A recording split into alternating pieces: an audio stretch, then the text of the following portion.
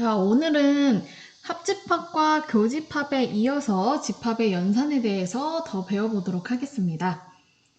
일단은 우리가 배운 집합의 연산 중에서 배운 거는 합집합과 교집합밖에 없는데 한번 이 두 가지를 복습을 해볼까요? 벌써 이틀 전에 배운 거니까 먼저 합집합부터 복습을 해보겠습니다. 합집합이라 함은 일단 기호로는 두 집합을 가져오고 이 A와 B의 합집합이다 라는 걸 기호로 이렇게 표현을 했었습니다. 그러고 이 집합은 어떤 원소들을 모아둔 집합을 바로 합집합이라고 하죠. X에 속하거나 혹은 또는 이거나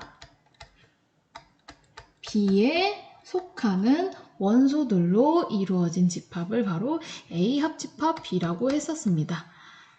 여기서 중간에 있는 이 또는의 의미가 뭐였습니까? 혹은 이거나로 연결되는 게 A에도 들어가도 되고 혹은 B에도 들어가도 된다는 거잖아요. A나 B 줄 중에 한 군데만 들어가도 된다는 거기 때문에 결국에는 A와 B를 전체 다 합친 이 부분이 바로 합집합이 됐었습니다.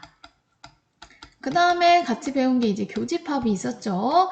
A와 B의 교집합은 이 합집합의 기호를 거꾸로 뒤집은 이러한 기호를 사용했고요. 교집합의 원소들은 어떤 원소들로 이루어져 있다? A에 속하고 동시에 B에도 속하는 이런 원소들로 이루어져 있는 것이다 라고 했습니다. A에도 속하고 B에도 속하는 비슷한 의미였죠. 벤 다이어그램으로 한번 봐볼까요? A와 B에 동시에 속해야 되니까 공통된 부분, 이 교집 이렇게 교점이 되는 점은 아니지만 이렇게 우리가 만나는 부분, 이 만나는 부분이 바로 교집합이 되겠습니다. 그래서 이걸 이제 배우고 연산을 이렇게 두 가지 배웠었고요. 플러스 추가해서 이제 여러 가지 용어들 배웠었죠. 서로소라는 용어도 배웠었고요. 어저께 바로 전 시간에는 이 합집합의 원소의 개수를 구하는 방법까지 한번 살펴봤었습니다. 그 이후로는 이제 연산 법칙에 대해서 배웠었죠. 법칙은 정확히 세 가지 배웠었는데 뭐였습니까? 교환 법칙, 그리고 결합 법칙, 마지막으로 합집합과 교집합에 대한, 반대로 교집합에 대한 합집합의 분배 법칙까지 배워봤었습니다. 그래서 우리가 배운 내용을 한번 복습해 봤고요. 오늘은 이 합집합과 교집합에 이어서 또 두 가지의 연산에 대해서 배워보도록 하겠습니다. 일단 한번 제목부터 봐볼까요? 교과서 174쪽입니다. 오늘은 연산 두 가지. 제목에서 일단 알려주고 있네요. 뭐와 뭐, 여집합과 차집합에 대해서 배우도록 하겠습니다. 일단 맨 처음에 여집합부터 다뤄볼 건데요. 집합은 집합인데 여집합이라고 했잖아요. 여기 있는 이 여의 의미는 무엇이냐? 이제 우리 한자에서 남을 여자 해가지고 이 여의 의미가 나머지의 의미를 담고 있어요. 그럼 집합에서의 나머지는 도대체 뭘 말하는 걸까? 결국에는 집합이니까 나머지 집합을 말하는 거예요. 예를 들어 주어진 집합이 A다. 그럼 A의 나머지 집합이라 함은 무엇일까요, 과연? A의 나머지 집합. 이 뉘앙스에서도 느껴지는 친구들이 있을 텐데 A의 나머지 집합이라 함은 A가 아닌 A를 제외한 집합을 말하는구나. A를 뺀 나머지의 집합을 말하는구나. 이런 느낌이 오실 거예요. 그러면은 A를 뺀 나머지를 말하려고 한다면 이 A가 있으려면 A를 뺀 나머지 이 부분을 말하는 거잖아요. 벤 다이어그램으로 봤을 때.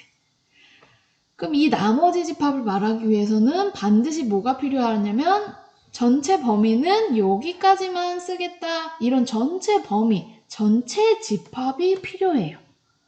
자, 이 여집합에선 나머지 집합이기 때문에 이 나머지 집합을 말하기 위해서는 전체 집합이라는 이렇게 울타리처럼 있죠. 전체 울타리 같은 전체 집합의 개념이 필요할 수밖에 없다라는 사실까지 여기까지 이해하시고 들어가면 훨씬 더 이해가 잘 될 거거든요. 여집합을 얘기할 때는 전체 집합, 전체 바운더리가 있어야지만 A를 제외한 나머지를 말할 거 아니에요.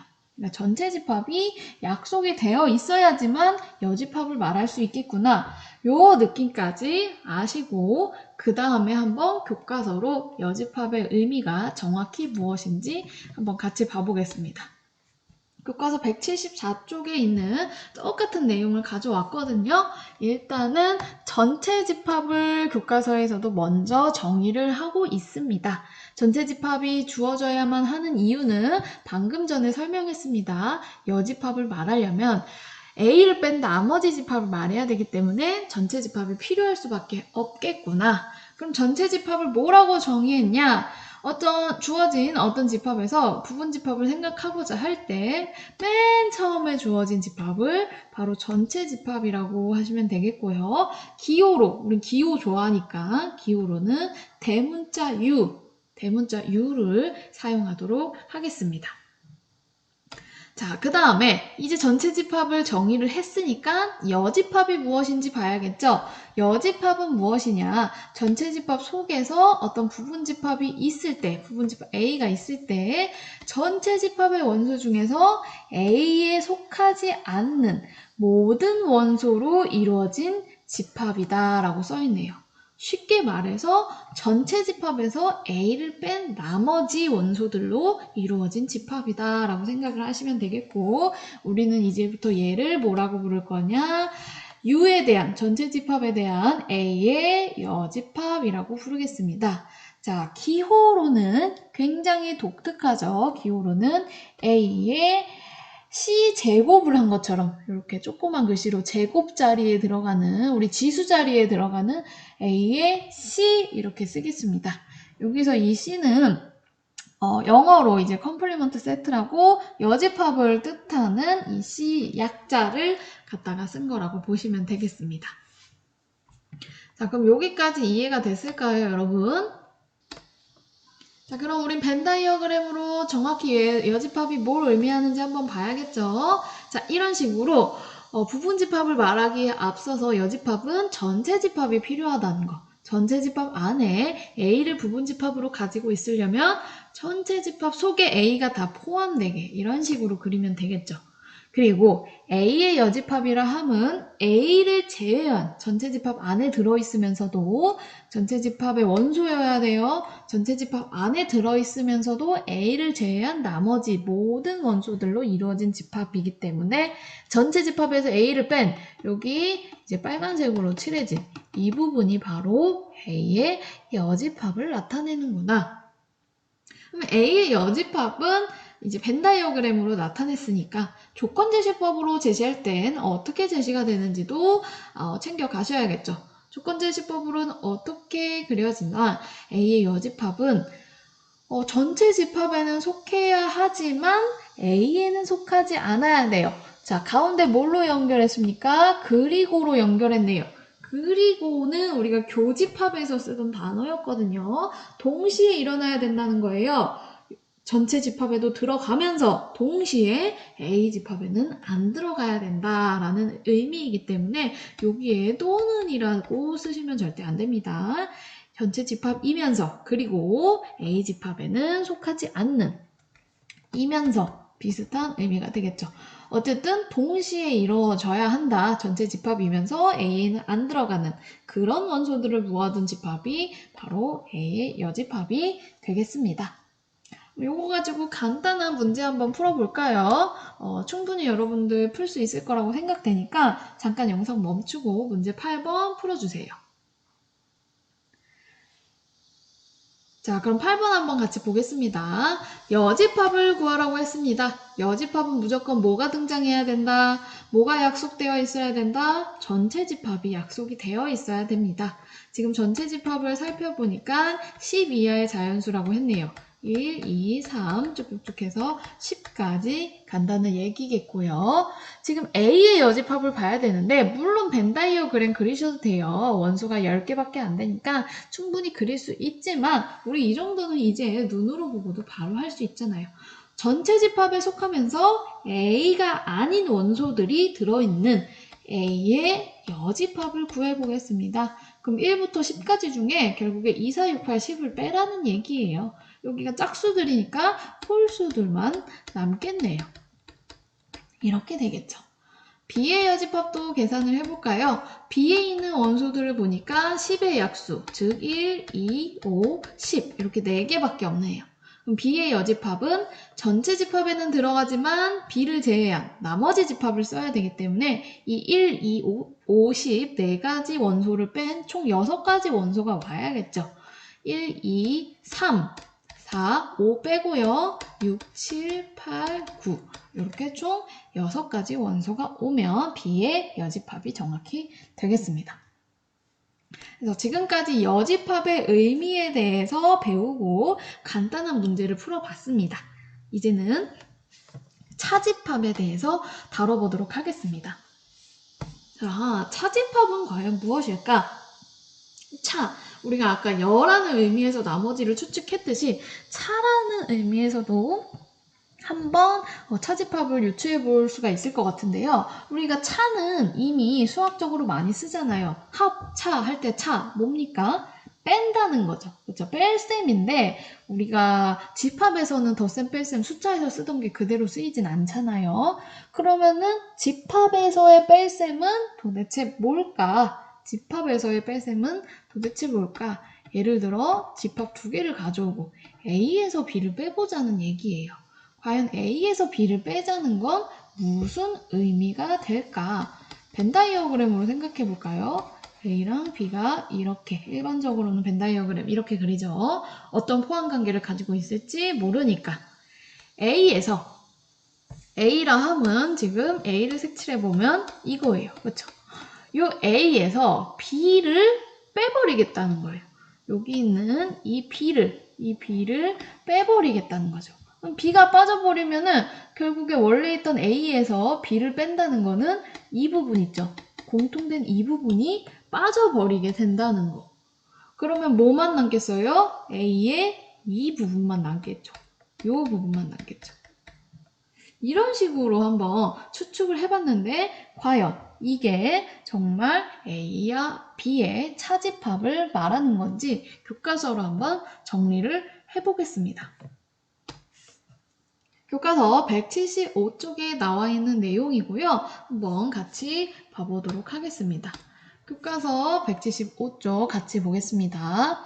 자, 차집합이라 함은 도대체 뭘 말할까 봤더니 A에는 속하지만 B에는 속하지 않는 모든 원소로 이루어진 집합을 A에 대한 B의 차집합이라고 한대요.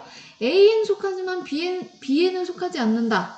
A에는 속하지만 B에는 안 속한다. 그럼 어디 부분? 지금 여기에 색칠된 이 부분이 되겠네요. 이 부분은 우리가 아까 추측했던 부분이 맞잖아요.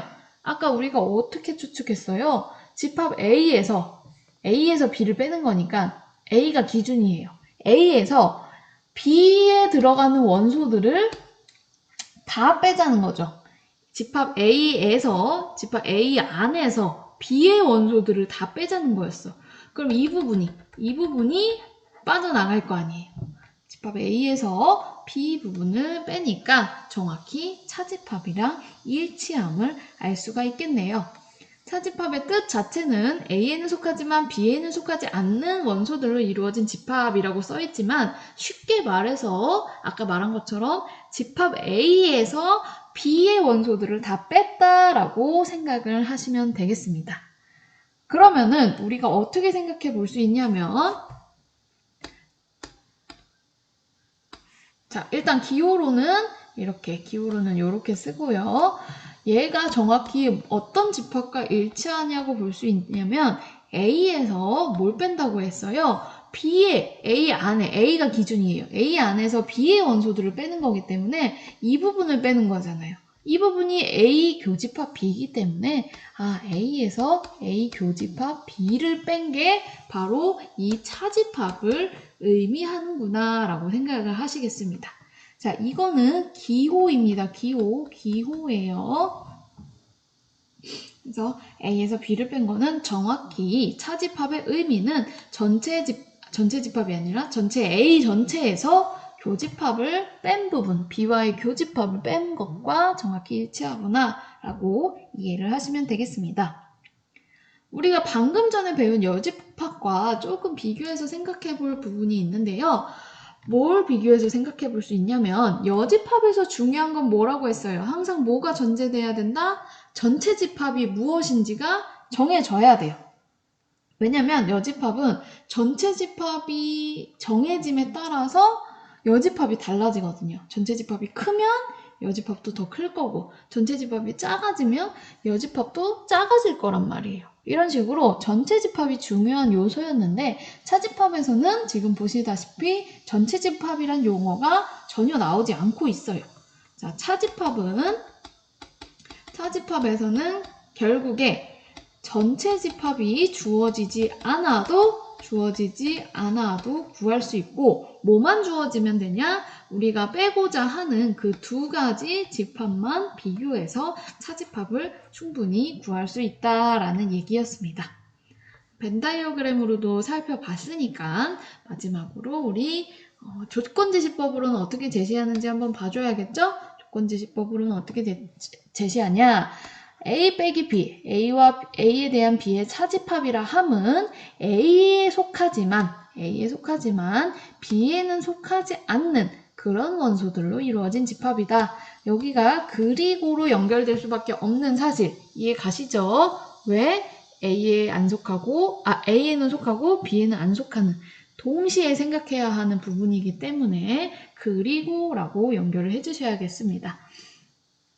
자, 그러면은 간단한 예제 한번 풀어볼 건데요. A와 B가 이렇게 주어졌을 때 한번 A 빼기 B 생각해 보겠습니다.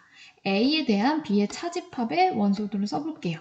그럼 A에서 B의 원소들을 다 뺀다고요. B의 원소들 2, 3, 5, 7을 다 뺀다고요. 그럼 2, 3, 5. 7은 어차피 없으니까 뺄 게 없죠. 2, 3, 5, 7을 빼면은 1과 4만 남겠네요. 한번 반대로 생각해 볼까요? B에 대한 A의 차집합을 생각해 볼게요. 그럼 얘는 B가 기준이에요. B에서 A를 뺄 거예요.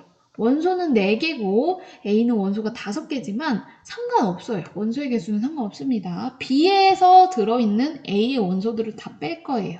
A의 원소가 1부터 5까지니까 1, 2, 3, 4, 5 이렇게 빼면 되겠죠. 그러면은 B 빼기 A, B에 대한 A의 차집합은 7원소 하나만 남게 되겠네. 여기서 알 수 있는 사실이 뭐냐? 지금 A 빼기 B와 B 빼기 A 순서를 바꿔서 계산해 봤는데 두 집합이 전혀 일치하지가 않는다는 사실을 발견했습니다. 우리 합집합이나 교집합에서는 어땠어요? 순서를 바꿔도 성립했었죠. 그 법칙이 뭐였습니까? 교환 법칙이었는데 지금 차집합에서는 교환 법칙이 성립하지 않구나 라는 사실까지 얻어갈 수가 있겠습니다.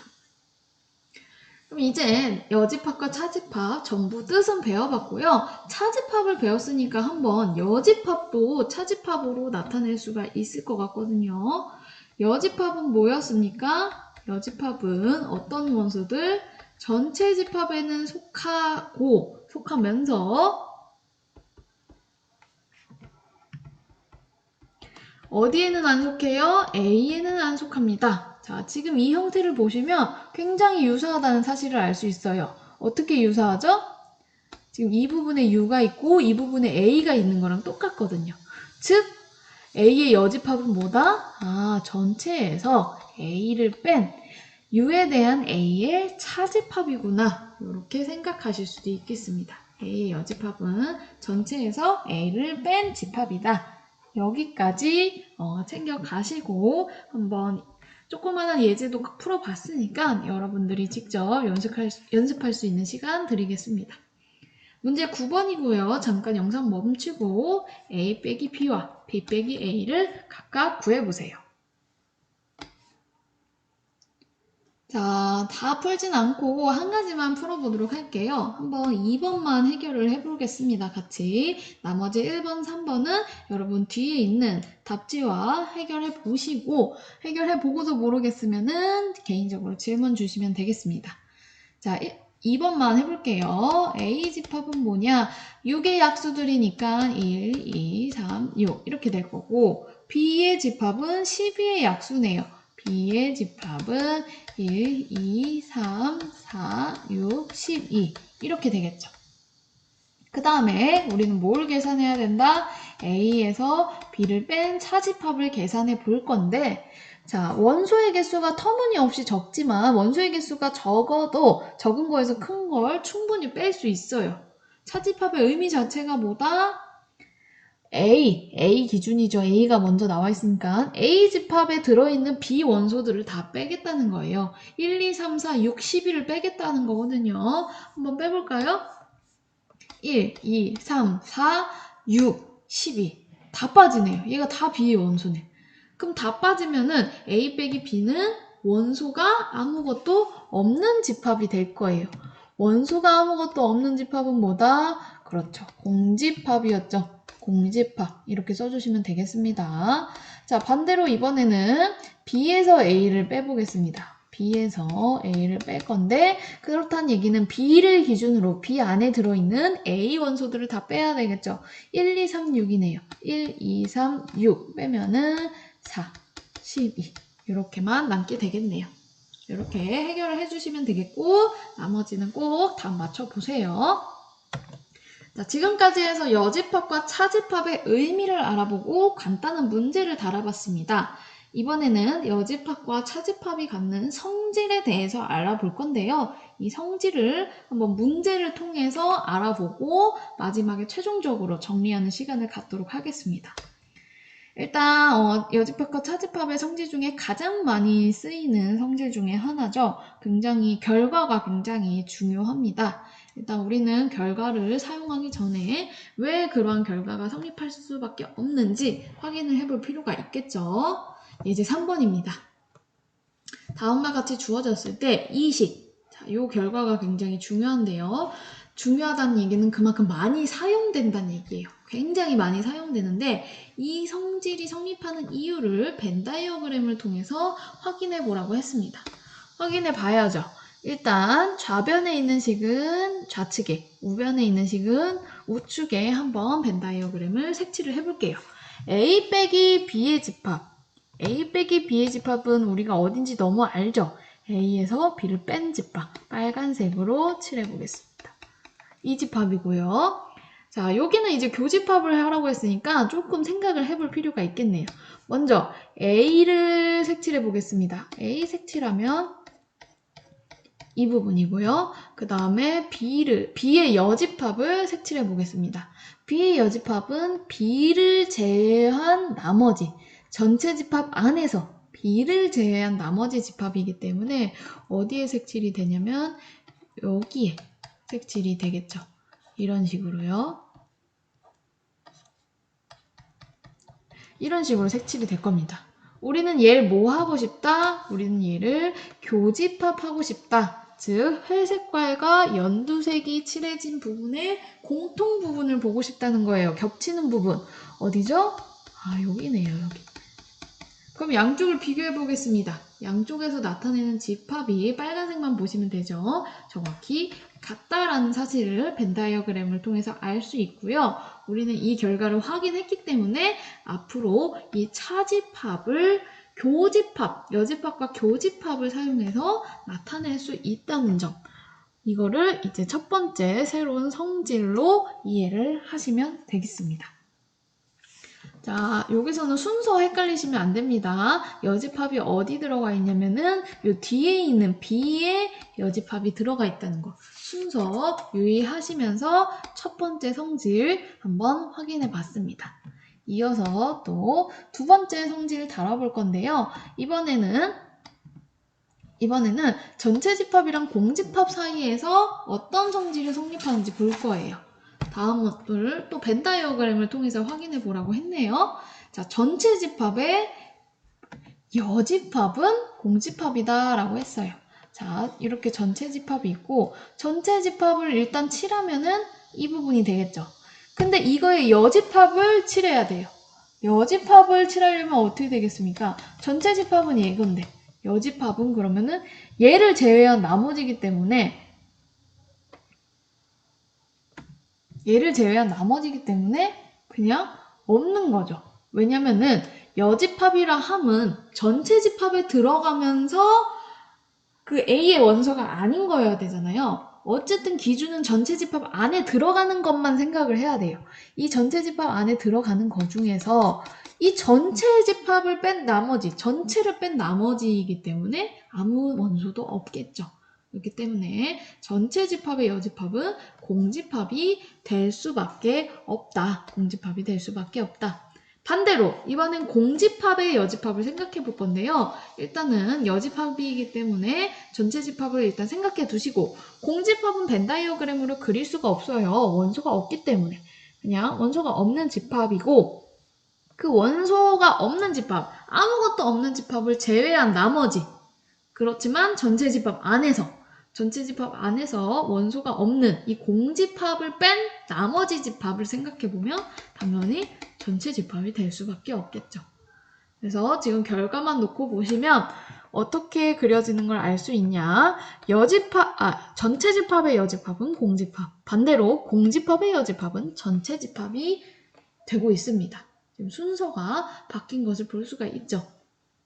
그래서 이거는 조금만 생각해 보시면 충분히 이해가 되는 부분이기 때문에, 자, 요것도 당연한 얘기지만 새로운 성질로 한번 보도록 하겠습니다. 그 다음에 또 성질 파악을 해볼까요? 이번에는 방금 전에는 전체 집합과 공집합 사이의 관계를 봤고요. 이번에는 무엇이냐? 바로 A와 A 여집합 사이의 관계에 대해서 봐보겠다는 거예요. 여집합이 등장하면 무조건 전체 집합이 약속이 돼야 됩니다. 다음과 같은 1, 2, 3번도 벤 다이어그램을 통해서 확인해 보라고 했으니까 벤 다이어그램을 그려볼게요. 전체 집합이 있을 거고 그 안에 A가 있겠죠. A의 여집합은 뭡니까? A의 여집합은 이쪽 부분이죠. 그쵸? 전체 집합 안에 들어가면서도 A를 제외한 나머지. 자, 지금 회색으로 칠한 게 바로 이 A의 여집합인데 걔를 또 여집합하래요. 또 여집합하래요. 그럼 또 이 회색으로 칠해진 걸 제외한 나머지를 칠하라는 거예요. 제외한 나머지. 전체 집합에 속하면서도 이 회색 부분을 제외한 나머지는 결국에 다시 A로 돌아갈 수밖에 없겠죠. 즉 뭐다? A에다가 여집합을 2번 하면 다시 이 안에 있는 자기 자신이 될 수밖에 없다. 나머지 집합 그리고 또 나머지 집합 생각한 거니까 당연한 얘기가 되겠습니다. 그 다음 2번도 일단 전체 집합 그리고요. 안에 부분 집합으로 A를 그려놓고 시작을 해보겠습니다. 자, 일단 좌변을 보니까 A랑 A의 여집합을 합집합하라고 했네요. A랑 A의 여집합은 여기 반대 부분, A를 뺀 나머지 이 부분이죠. 그럼 얘네를 다 합치라는 거는 다 합치면 뭐가 됩니까? 합집합이니까 다 합치면은 여기 전체가 되겠죠. 그래서 전체가 나올 수밖에 없다. 이번에는 교집합을 생각해 보라고 했어요. 자, 방금 전에도 그렸지만 A 집합을 조금 다른 색깔로 해볼게요. 요 A를 색칠해보면 이 부분이고, 그 다음에 A의 여집합 같은 경우에는 지금 회색으로 칠해져 있는 부분입니다. 그러면은 파란색 부분과 회색 부분으로 칠해진 거에 공통된 부분, 교집합 부분이 있습니까? 없죠. 전혀 없죠. 그래서 A의 여집합은 교집합이 공집합이다. 이렇게 정리를 할 수가 있겠습니다. 벤 다이어그램으로 생각하면 굉장히 당연한 얘기인데 이것도 하나의 성질로 기억해 두고 가겠습니다. A의 여집합을 2번 하면 자기 자신인 A와 A의 여집합을 합하면 전체, 교집합을 하면 공집합이 된다라는 사실입니다. 자, 지금까지 예제랑 문제 2개에 걸쳐서 여러 가지 차집합과 여집합이 갖는 성질을 알아봤는데요. 한번 총 정리를 해보도록 하겠습니다. 자, 총 정리이거든요. 교과서 176쪽에 지금 화면에서 보이는 바와 같이 똑같은 박스가 있을 거예요. 바로 여집합과 차집합이 갖는 성질입니다. 성질입니다. 꼭 기억해 둡시다. 일단 맨 처음에 봤던 게 A에서 B를 뺀 이 차집합을 교집합을 이용해서 나타낼 수가 있었어요. 어떤 교집합? A교 B의 여집합이다.